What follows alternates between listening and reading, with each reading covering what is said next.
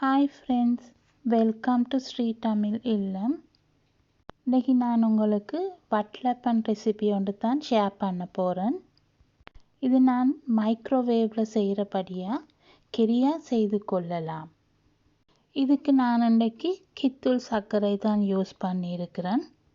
இப்போ வார கித்தூள் சர்க்கரையில் சீனியும் கலந்துருக்கிறபடியாக நாங்கள் அதை போட்டு வட்டலப்பம் செய்தால் அந்த ஒரிஜினல் வட்டலப்பண்ட டார்க் கலர் ப்ரௌன் கலர் வராது. அதுபடியாக நான் இன்றைக்கி கொஞ்சம் சீனி கரமலாக்கியும் போட்டுத்தான் இதை வட்டலப்பத்தை செய்திருக்கிறேன் இந்த கலர் வர்றதுக்கு. இந்த ரெசிபி என் அக்காட மகள் தான் தந்தது. இந்த நேரத்தில் நான் அவக்கும் தேங்க்ஸ் சொல்கிறேன் இந்த ரெசிபியை எனக்கு சொல்லி தந்ததுக்கு. இனி வட்டலப்பம் செய்கிறதுக்கு தேவையான பொருட்கள் என்னென்னு பார்ப்போம். 225 கிராம் கித்தூள் சர்க்கரை கிரேட் பண்ணி எடுக்கணும். 2 டேபிள் ஸ்பூன் சீனி, 100 மில்லிலீட்டர் தண்ணி, 5 மீடியம் சைஸ் முட்டை, அல்லாட்டி பெரிய முட்டையாக இருந்தால் 4 எடுங்க. இந்த 5 முட்டையை நான் நெருக்கேக்க 280 கிராம் வந்தது. தேங்காய் பால் 1/2 கப் வேணும். இது டின்னில் இருக்கிற தேங்காய் பால் தான் எடுத்தேன் நான். இந்த கப்போட அளவு 200 மில்லிலிட்டர் தண்ணி போடக்கூடிய ஒரு கப் உண்டு.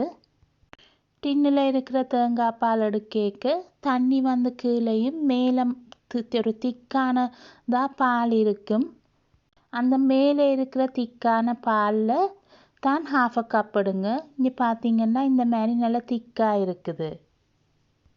சம்மரில் அப்படி இந்த சில நேரம் அப்படி தண்ணி கீழவாக இருக்காது. அப்படி என்ன நீங்கள் ஃப்ரிட்ஜில் கொஞ்சம் நேரம் வச்சுட்டு அதுக்கு பிறகு அந்த மேலே வாரதை எடுங்க. 25 கிராம் கஜு நட்ஸ் சின்னனா வெட்டி கொள்ளணும்.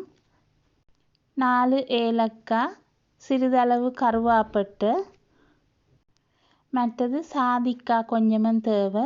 என்னட்ட இன்றைக்கி சாதிக்காய் இல்லை. இதை தவிர 1 டீஸ்பூன் வெனிலாவும் சிறிதளவு உப்பும் தேவை. முதலில் கரமல் செய்கிறதுக்கு சீனிக்கு 1 டேபிள் ஸ்பூன் தண்ணியை போட்டு அடுப்பில் வச்சு சூடாக்குங்க. நெடுகளும் கிண்டி ஒன்று இருக்கணும் கரமல் செய்யக்க.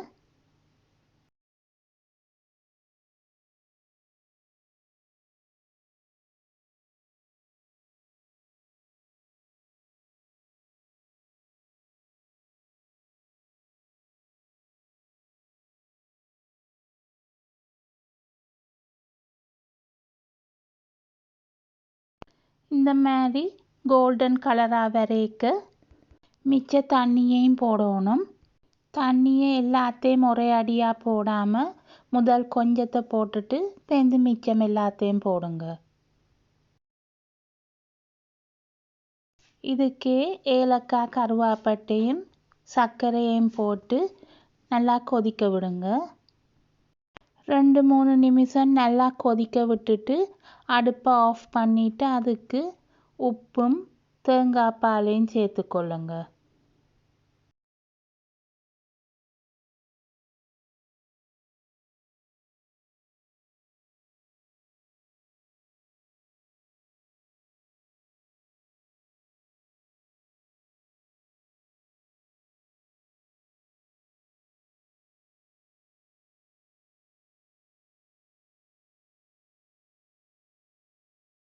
இதை இனி நல்லா ஆற விடணும். இனி நாங்கள் முட்டையை அடித்து கொள்ளணும். இது நீங்கள் முட்டையை அடிக்க முதல் முட்டையில் இருக்கிற மஞ்சள் கலரில் இருக்கிற வெடுக்க எடுத்து போட்டுட்டு அடிங்க. கன நேரம் அடிக்கக்கூடாது. சாதுவாக முட்டையை அடிச்செடுத்தா காணும். இதுக்கு நீங்கள் பீட்டரோ பிளெண்டரோ ஒன்றும் யூஸ் பண்ணாதீங்க. கணக்க நுர வர்ற மாதிரியும் அடிக்காதீங்க. வட்டலப்பம் நல்லா வரணுமெண்டா நாங்கள் முட்டையை கன நேரமாக அடிக்கக்கூடாது. பின்பு இதுக்கு நாங்கள் காய்ச்சி கொண்ட தேங்காய் பால் சர்க்கரை மிக்சரை போட்டுட்டு அதுக்கு வெனிலாவும் சேர்த்து கொள்ளுங்க. சாதுவாக கொஞ்சம் மிக்ஸ் பண்ணிக்கொள்ளுங்க. மைக்ரோவேவில் வைக்கக்கூடிய ஒரு டிஷ் ஒன்றுக்கு இதை இனி வடித்து போட்டுக்கொள்ளுங்க.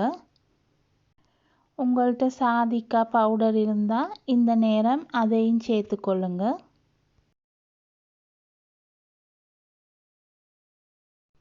இந்த மாதிரி ஒரு லிட்டால் மூடித்தான் நாங்கள் இதை மைக்ரோவேவ் அவனில் வைக்கணும். இன்னொரு மைக்ரோவேவில் அவனில் வைக்கக்கூடிய ஒரு பிளேட் ஒன்று எடுத்து அதுக்கு மேலே இதை வச்சு போட்டுட்டு நாங்கள் அந்த பிளேட்டில் தண்ணி போட்டுக்கொள்ளணும். பின்பு நாங்கள் இதை மைக்ரோவேவ் அவனில் 10 நிமிஷம் கிட்ட வச்சு எடுத்துக்கொள்ளணும்.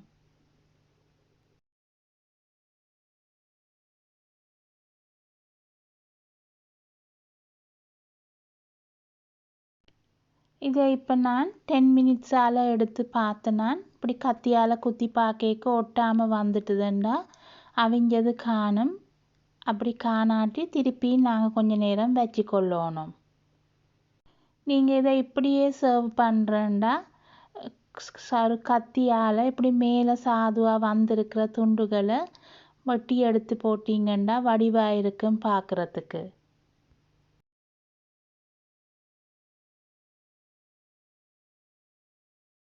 அல்லாட்டி ஆறுனா பிறகு நான் செய்கிற மாதிரி மெட்ட பக்கத்துக்கு திருப்பி போட்டு எடுத்துக்கொள்ளலாம்.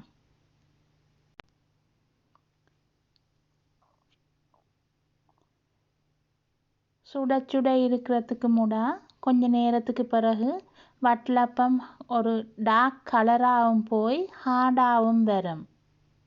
பேன் ஒன்றுக்கு சின்ன துண்டு பட்டரும் கஜுவையும் போட்டு லைட் ப்ரௌனாக வர மட்டும் அடுப்பில் வச்சு போட்டுட்டு பேந்து அதை வட்டலப்பத்துக்கு மேலால் போட்டு டெக்கரேட் பண்ணி கொள்ளலாம். இப்போ இந்த வட்டலப்பன் நான் இன்னும் ஃப்ரிட்ஜில் வைக்க இல்லை. ஆனால் நல்லா ஆறிட்டுது. கலரும் டார்க்காக வந்து நல்ல திக்காகவும் இருக்குது. நீங்கள் ஃப்ரிட்ஜில் வைக்க இன்னும் கொஞ்சம் ஹார்டாக போகும்.